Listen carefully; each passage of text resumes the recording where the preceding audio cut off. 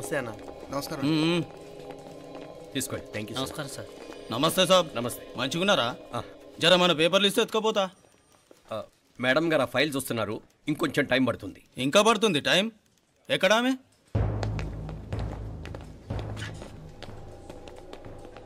నమస్తే మేడం, జర మా పేపర్ల మీద సైన్ చేస్తే. Madam, Gopal, real estate Gopal real estates, ఆ బేగంపేట ప్లాన్ కోసం. ఓ అదా, మీకు ఆ 7th ఫ్లోర్ పర్మిషన్ ఇవ్వడం కుదరదండి. అంతేకాదు 5, 6 ఫ్లోర్లు కూడా మీరు బాల్కనీలు చాలా ఎక్స్టెండ్ చేసి కట్టారు. సిమెంట్ కూడా చాలా నాసిరకం వాడారని మా ఇంజనీర్ల రిపోర్ట్. సో ఆ 7th ఫ్లోర్ విషయం పక్కన పెట్టి ముందు ఆ 5th, 6th ఫ్లోర్లు పడగొట్టి బాగా కట్టించండి. ఎవరితో మాట్లాడుతున్నావు తెలుసా? తలకాయ తెగిపోద్ది. ఏంద్రా దూకుడు? మేడం గారితో అట్టానా మాట్లాడేది?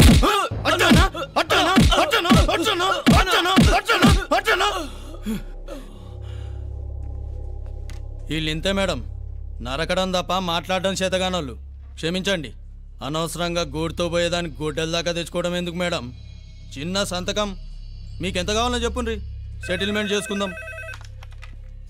కమిషనర్ గారు, ఇక్కడెవరో రియల్ ఎస్టేట్ గోపాలంట సంతకం కోసం బెదిరిస్తున్నాడు. వచ్చాడా? ఎందుకు మేడం అనవసరంగా గోటుతో పోయేదానికి గొడ్డల్లాగా తెచ్చుకోవడం? చిన్న సంతకమే కదా. ఓకే రియల్ ఎస్టేట్ గోపాల్ గారు, ఆల్టాస్ ఆపోజిట్లో నిరాని కేఫ్లో సెటిల్మెంట్ చేసుకుందాం. 3ంటికి వచ్చేయండి. మంచిది మేడం, వస్తా.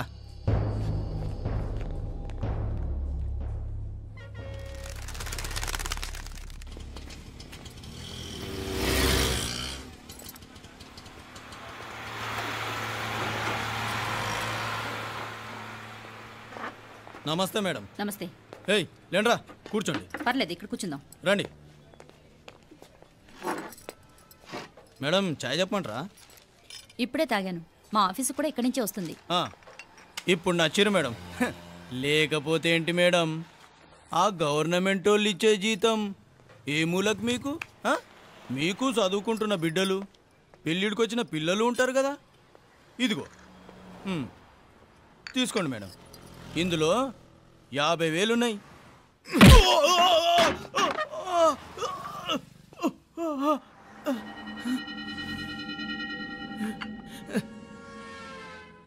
అన్నట్టు వీడు మా అబ్బాయి నువ్వన్నట్టుగా చదువుకుంటున్నాడు.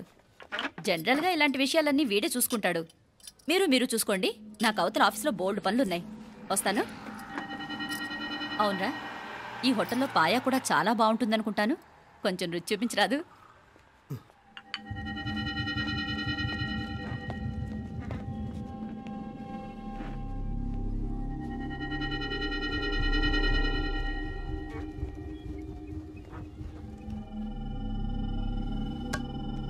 अकबर भाई जरा इधर आना. ఈ రోజుకి సర్వీస్ క్లోజ్ చేసేయండి. జీ, దాంట్లో 50,000 ఉన్నాయి. డ్యామేజ్ ఖర్చులు కొంచెం లేలో బాయ్.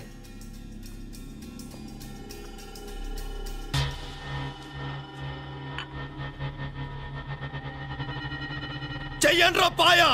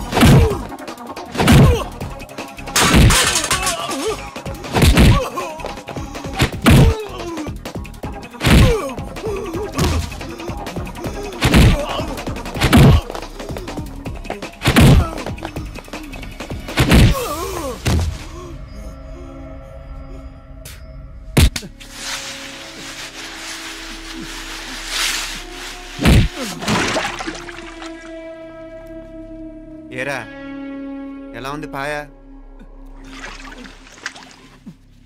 మంచిగా ఉంది.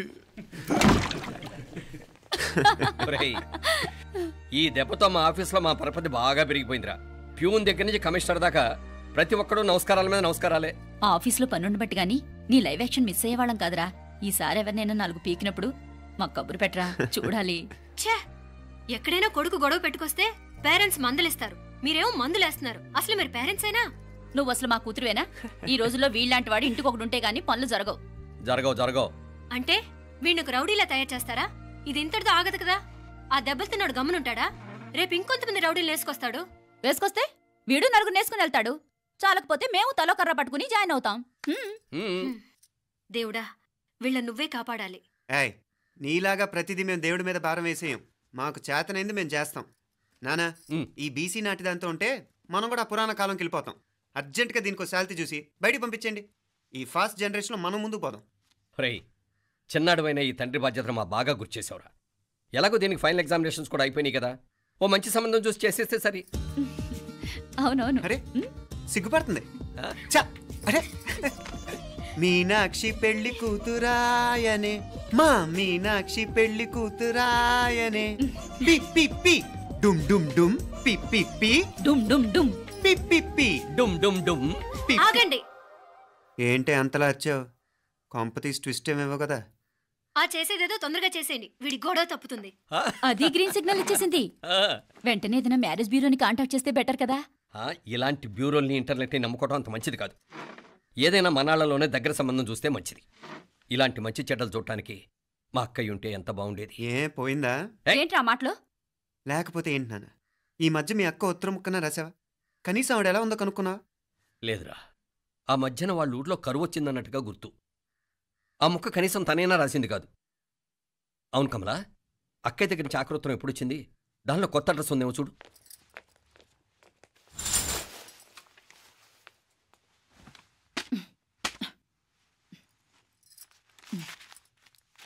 ఇవి చూడు. ఇదే ఆఖరిదనుకుంటా.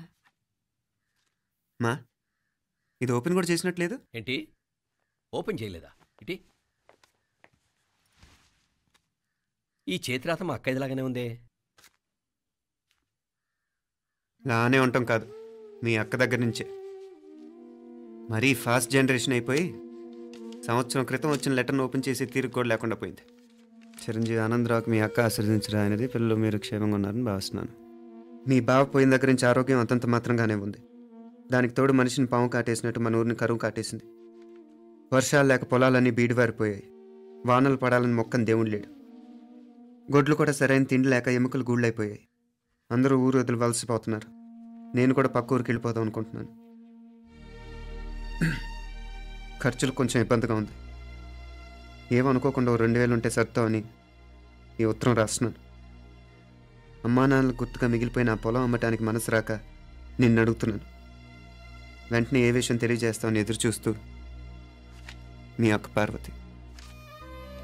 ఏంటి నాన్న ఇది? రక్తం పంచుకు పుట్టిన అక్క సంగతి కూడా పట్టించుకోలేనంత ఫాస్ట్ జనరేషన్ అయిపోయింది. మీనాక్షి అన్నట్టు ఆ బీసీ నాటికి వెళ్ళిపోవటమే బెటర్. హలో, రేపు నువ్వు కూడా అంతే నాయనా. ఇప్పుడేమో పీపీపీ అని తోకలా తిరుగుతున్నావే, రేపు ఆ డుండుండుం కాస్త అయిపోతే నేను కూడా కనపడ్ను. ఎప్పుడు నీ పెళ్ళం, నీ పిల్లలు, నీ ఆస్తులు, నీ గొడవలు. ఆపుతావా నానా? దీని ముక్కుకు తాడేయాలంటే మీ అక్కంటే మంచి సంబంధాలు చూస్తాను కదా, ఆ. ఎక్కడున్నా తను నేను తీసుకొస్తాను. తన్ని తీసుకొస్తావా? తన్ని తీసుకొస్తాను.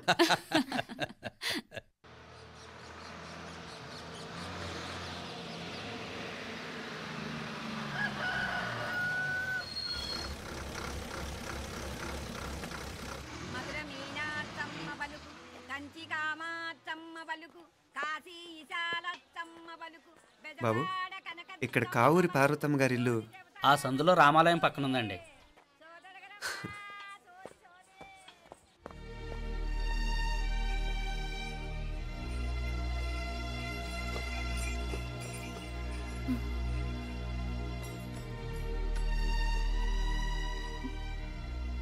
తమ్ముడు?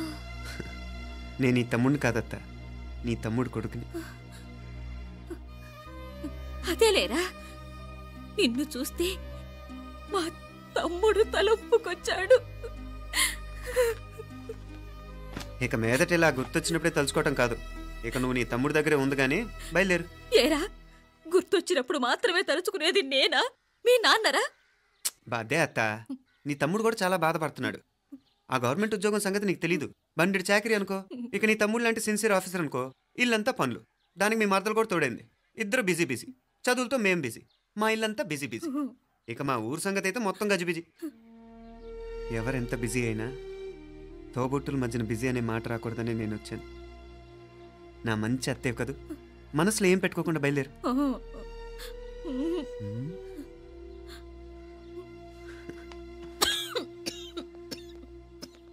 ఇంకా ఈ నాటు మందులతో పనేంటత్తా? నీ తమ్ముడు నిన్ను పెద్ద ఆసుపత్రిలో చూపించాలని చూస్తుంటేను. ముందు నువ్వు బయలుదేరు. నేనేమైపోతే మీకేంట్లేరా, మీరా బిజీ బిజీ ఊళ్ళోనే హాయిగా ఉండండి. ఇదేంటి నేను మాట్లాడేస్తున్నాను? నువ్వు మాట్లాడకపోతే ఎలా అత్తా? ఆడపిల్లకి అమ్మ మీద ఆశ, మగపిల్లాడికి అత్త మీద ఆశ. నేనేం నీకోసం ఆడపిల్లని కనలేదుగా. కనేసున్నా పోయేది. దాన్ని నేనే పెళ్ళాడేసి నీకు తోడుగా ఇక్కడే ఉండిపోయేవాడిని. అప్పుడేమన్నా అనుకుంటే నేను ఆడేవాడిని. చెప్తున్నాను కదత్తా, మీ అక్క తమ్ముళ్ళ మధ్యన ఉంది చాలా చిన్న గీత. మన ఇంట్లో పెద్ద దిక్కు నువ్వే కదా. నీ తమ్ముడే మీనాక్షికి దగ్గర సంబంధం చూస్తే బాగుంటుంది అంటున్నాడు. ఆ మంచి చెడ్డ చూడాలంటే మాకు నువ్వు తప్ప ఇంకెవరున్నారు చెప్పు? మీనాక్షికి సంబంధాలు చూస్తున్నారా? ఇంకా చూడలేదత్తా. నీ తమ్ముడు నీకే అపనప్ప చెప్పాలనుకుంటున్నాడు. అట్టయితే ఆ బూరుగు పిల్లల సంబంధం మాట్లాడేస్తే సరి. ఏ బూరుగు పిల్లలు? అదేరా, కుర్రాడు కూడా బాగా చదువుకున్నాళ్లే, ఇంద్రవల్లిలో ఉంటారు. అయితే మనం హైదరాబాదు.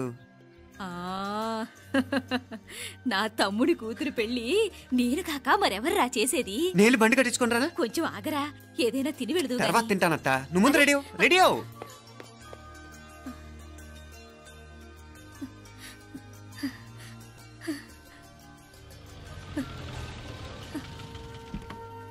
అత్త, ముందు నువ్వు పద. సామాన్ నేను తీసుకొస్తాను కదా. ఇక్కడ సర్దుబాట్లు ఉంటే తర్వాత నాన్న వచ్చేస్తారు. సరేనా? బయలుదేరు. వస్తానమ్మా.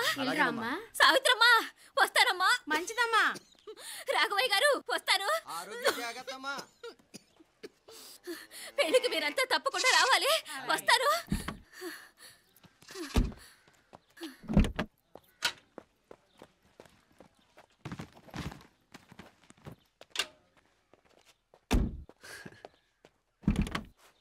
జరుగత్తా, జరుగు. అత్త, అత్త,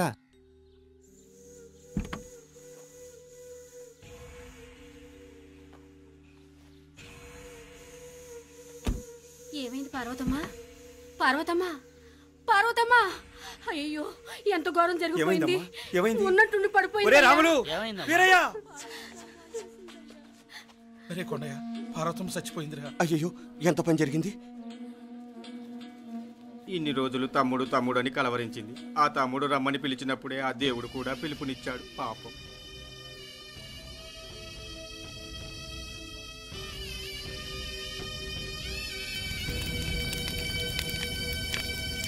మా నాన్నగారి సంతానంలో నేను తప్ప ఇంకెవ్వరూ మిగల్లేదు.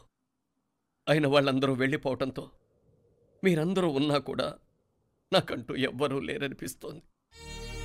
మీ అక్కయ్య కళ్ళల్లో కూడా ఇదే చూశాను నాన్న. కాకపోతే తను పోయాక నువ్వు ఎవరు లేరని ఫీల్ అవుతున్నావు. మన అందరం ఉండి కూడా తన ఒంటరితను అనుభవించింది. పోయేటప్పుడు కన్నీళ్ళు కార్చడానికి నానే వాళ్ళు ఎవరు లేకపోవటం చాలా దురదృష్టం నాన్న. పగాడికి కూడా ఈ పరిస్థితి రాకూడదు. తెలుసో తెలియకో నాన్న చాలా తప్పు చేశాడనిపించింది. ఎంత మెకానికల్ లైఫ్లో పడిపోయినా తోబొట్టులు నిర్లక్ష్యం చేసుకొని పోగొట్టుకోవడం మహాపాపం. కళ్ళు తెరుచుకొని చూస్తున్నట్టుగానే పోయిన అత్తయ్య చివరి చూపు ఈ విషయాన్ని శాశ్వతంగా నాకు గుర్తుండిపోయేలా చేసింది.